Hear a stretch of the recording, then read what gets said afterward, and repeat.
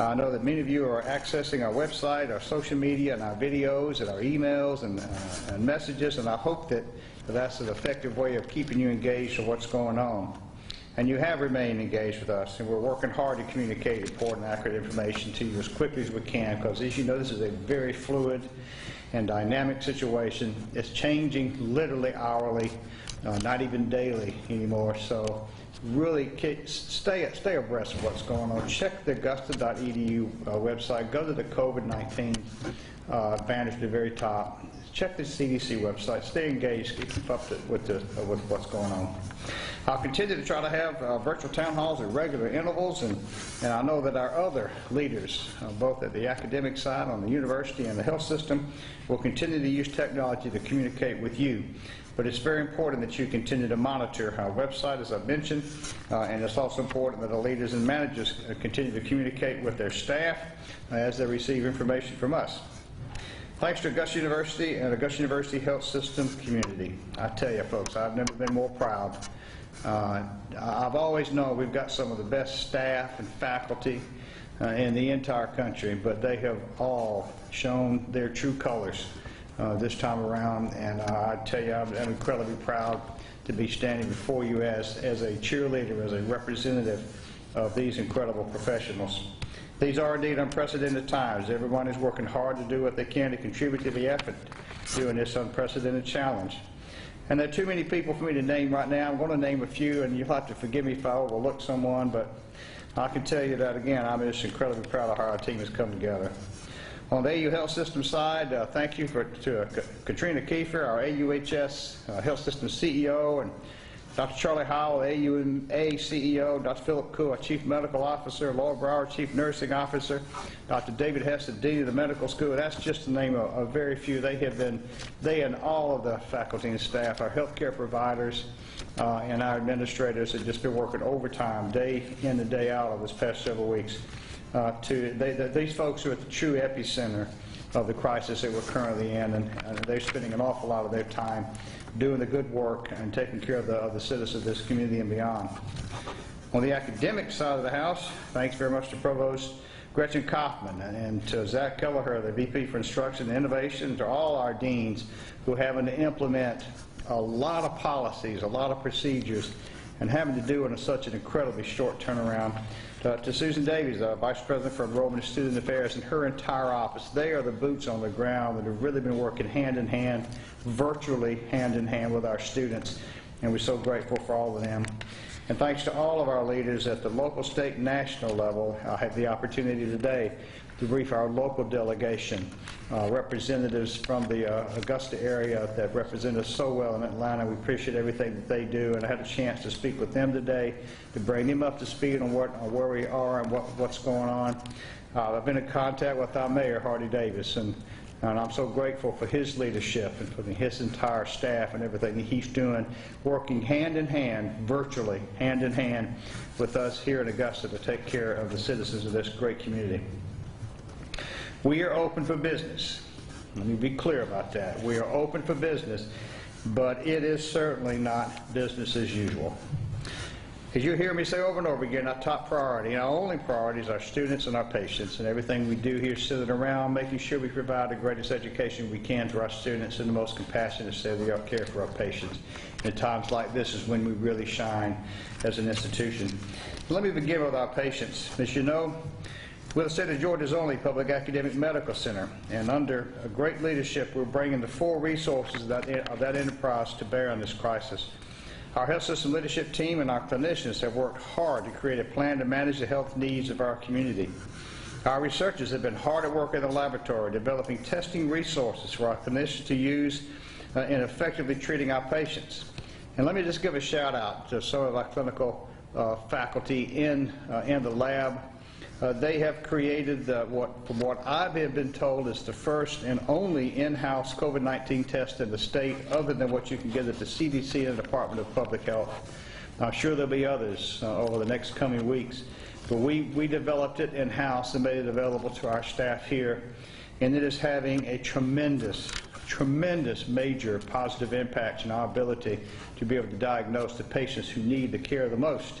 by having an in-house test. It's been absolutely incredible. I'm very proud of the expertise that we have here. For the protection of our employees and our patients, we've had to make some minor updates to the operations of our health system. Elective procedures will not be performed today through Sunday, April 5th. We'll reevaluate the situation at that time, and we feel very strongly this is necessary to preserve the precious resources in the event of a surge of patients that may be in need. We are doing steps now anticipating what the worst might be, so if that ever occurs, and we hope that it doesn't, we'll be prepared to handle it, and you should take great comfort in that. We're limiting visitors to our facilities to 1 per patient, all of whom will be screened at limited entrances, and individuals under 18 will not be allowed. Augusta University Health is a resource for our community for evaluation and testing of affected individuals. A COVID-19 hotline is available 24 hours a day, 7 days a week, for individuals who need to speak with a medical professional about whether they need additional evaluation for COVID-19. And any of you within the sound of my voice can call this hotline at 706-721-1852 for information. That's 706-721-1852, the COVID-19 hotline here at AU Health System if you need information.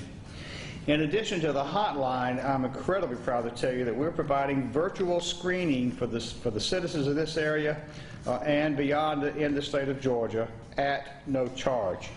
You can download an app to use on your smartphone, on Apple or Android platforms, or on your desktop and laptop, and you can download that directly from the augustahealth.org/COVID-19 website. augustahealth.org/COVID-19. And I got to tell you, I want to thank our folks, and a lot of which of whom have already mentioned, for working overtime to bring that sort of platform to bear, where patients can register, list what their complaints are, put their medical history there, go into a virtual waiting room and have a live healthcare provider face-to-face through telehealth to be able to speak with and determine if they are in a situation where they need to go forward for testing. At the conclusion of the virtual screening, patients who need additional testing will be directed to make an appointment for drive-through specimen collection at our central location at Christenberry Fieldhouse. And this is the third arm, if you will, of the triage that we're doing on patients, to be able to be screened online to see if you need testing, to be able to have drive-through testing now where you can go and have testing done if you need testing, and be able to do it without getting out of your car, and then have that test being done in-house in a very rapid manner. We have the full gamut now covered, and we're very, very excited about that. Our location is at Christenberry Fieldhouse. Please know that you need to be screened first to determine if you need testing or if his testing is adequate for you. So please go to call the hotline or go to the augustahealth.org COVID-19 website. Download that app and see if you need screening. Most, if not all, of these tests will be processed at our own campus, which has significantly reduced turnaround time, so we can do testing in 2 hours. Typically, the quick turnaround will help us alleviate patients' fears more quickly and help us treat patients more quickly as well. It allows us to identify more quickly others that may need to be quarantined as a result of having been exposed to an individual that has, in fact, tested positive for COVID-19. Not everybody needs testing. Let me repeat that. Not everybody needs testing, and it's vitally important that you find out if you have symptoms. You need to find out if you really do need testing. If you've been exposed to someone who you know is positive, let's find out if you need testing by going to these resources before you come in. Let me tell you how well this system is working. So far, we've had 800 hotline calls, and we have directed 315 of these to virtual screening. 930 virtual screens with 185 sent to the drive-through testing for further evaluation. We had 50 specimens collected yesterday, which is the first day we opened this facility, and as of 2 p.m. today, we had 110 pre-scheduled drive-through testing patients today. And we expect an additional 50 to 60 per day, and we have the facility now where we can expand it if we need to. So far, we've had 9 positive cases that have been identified by our laboratory but only one of these individuals is currently housed as an inpatient. The others have been quarantined or isolated to their homes. Please know that as our ability to test increases, and that's true not only for here in Augusta, but throughout the state and indeed across the country, as our ability to be able to do tests on patients increases, we are going to see an increase in positive COVID-19 individuals. This is to be expected. This is what happens when you make testing more available. This is what we want.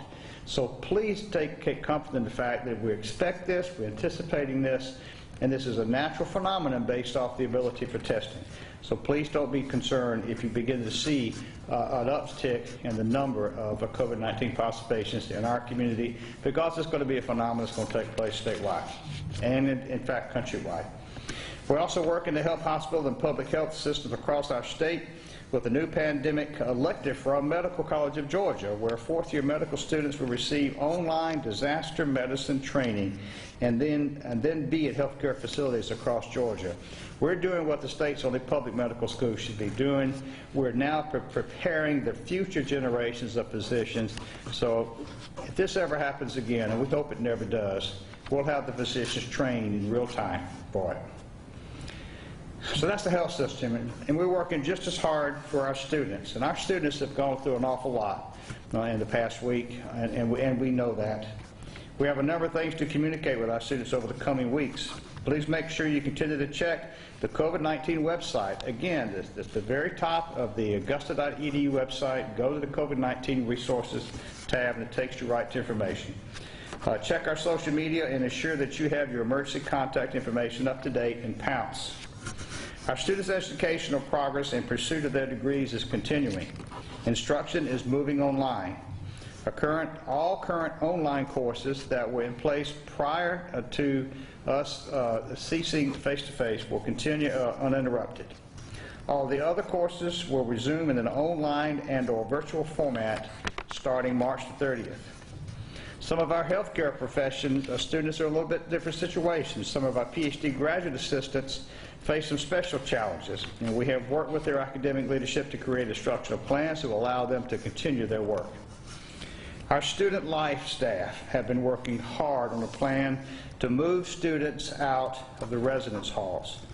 As you know, students who live in our residence halls have been instructed to move out. And what I'm about to tell you here is very, very important. If you are a student that has been living in one of our dorms here at Augusta University, please listen very, very carefully. All resident students can expect an email communication from Housing and Residence Life today, directing them with next steps for the move-out process. The instructions on the move-out process will be very specific, and you must follow these instructions to the letter very carefully. These instructions are designed to minimize your risk and the risk to our staff. We must avoid clustering of students and families, and we must continue to observe social distancing during this orderly move-out process. We're limiting only 5 students will be able to move out each hour per building, and they may be accompanied only by 2 guests. So if you're going to bring family with you, please do not bring any more than 2. You will not be allowed to have more than 2 individuals with you to help you move out. This move-out process will begin on Friday, March the 20th, and hopefully will be completed by the end of the day, Sunday, March the 29th. So as you can tell, we're taking our time to have a very orderly process to move out. Students will receive instructions about signing up for a time, and then will be confirmed by Housing and Residential Life team. Please, you will not be allowed into the residence hall at any other time than your assigned time. I hope you understand why we need to do this. If you feel that you must stay in the residence hall due to significant extenuating circumstances, and we have some students here now, you must seek permission from the Dean of Students in order to do so. This may include, for example, students enrolled in healthcare or clinical programs whose instruction has continued without interruption, as well as graduate research assistants. But, again, students who feel that they need to stay in the residence hall must submit an extenuating circumstances form with the request to the Dean of Students office, and you must have specific permission from the Dean of Students in order to remain in the dorm. I can't tell you how important this is. I know this is a stressful time for our students and their families. Jaguars care for each other, and we care as a university and will continue to support and engage our students during this time. Student counseling and psychological services are open for appointments, even as we speak on Somerville. Student health services is open for appointments on the health science campus. Testing and disability services are open and available. University police continue to work hard to keep us safe. The Dean of Students office is also available. If you need support, please contact, and that's what we're here for, especially for our open Paul's Food Pantry, Student Emergency Fund, etc. Soon we'll be launching a website for students to indicate if they do not have access to technology for online learning beginning March the 30th, so be on the lookout for that. Beginning March the 30th, you will see virtual student activities, leadership opportunities, and wellness programming. Campus Recreation is already hosting workouts online. We want you to still stay engaged with the main campus, even though you're going to be studying from home. We want you to stay engaged with your university. We want you to keep physically and mentally safe, as well as educationally proficient, and we'll make sure that we can do that as best we can. Our instruction and innovation team is preparing some tips for student as we shift to online learning. Several students have asked about issuance of refunds. Please be patient. We are working through this issue even as we speak with the University System of Georgia and hope to be able to inform students about refunds as soon as next week. As you can imagine, this is a complicated matter. We want to be sure we get it right. We're working with the University System of Georgia to be sure we get it right, and we'll get information to you as soon as we can about refunds. So please be patient with us on that. These unprecedented circumstances have resulted in a number of changes to our schedule of events. As it is of today, spring break will remain as scheduled, and the spring semester will end as scheduled. Stay tuned for any changes you may see in schedule. A number of important events, conferences, and meetings across campus, for obvious reasons, have been canceled or postponed in an effort to comply with the need for social distancing. And, most unfortunately, we've had to make the very difficult decision to postpone commencement. I know this is a really meaningful time for our graduates, for their families, and believe me, it also is for our faculty and staff, who are so proud to see you walk across that stage. Now, even though we're going to have to postpone this, we're working to develop a plan to provide a way for us to celebrate your achievement, and we'll provide more details soon. So please stay tuned. Now, obviously, we couldn't do what we do as a university without our outstanding faculty and our staff. And let me take an opportunity to give a shout out to Susan Norton, our Vice President of Human Resources, and her entire office, who have worked tirelessly to try to provide opportunities for our staff and our faculty.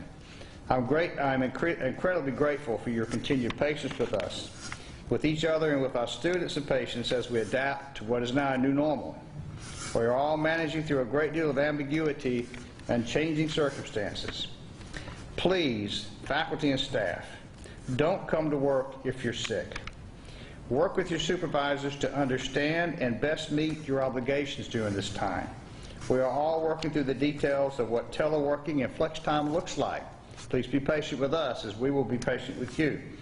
We're all managing the need for remote access and technology. So again, Susan Norton and her team are working through how we can maintain appropriate levels of accountability as we continue to be open for business, even though we're not business as usual. So please be on the lookout for additional communications from them in the coming days. Be vigilant in observing the measures to protect your cybersecurity. As we go online, as our faculty are taking their courses online, as our staff are taking more of their work home and telecommuting by that, please be very much aware of cybersecurity. We want to make sure that we keep our data and our networks safe, as well as we want to keep our staff, our students, and our patients safe as well. It is incumbent on leaders to communicate regularly with their staff and to communicate any challenges that they face and are facing and bring it up to our administrators. Communication during this time is absolutely essential. We realize it won't always be perfect, we'll stumble, but we need to make an ongoing effort to communicate with each other. HR is regularly updating our faculty FAQ statements to address common questions that they're receiving. If you have a question, please go to the website and see if we have that question there. If you have a question, very likely somebody else has already asked it. We may already have an answer posted for you.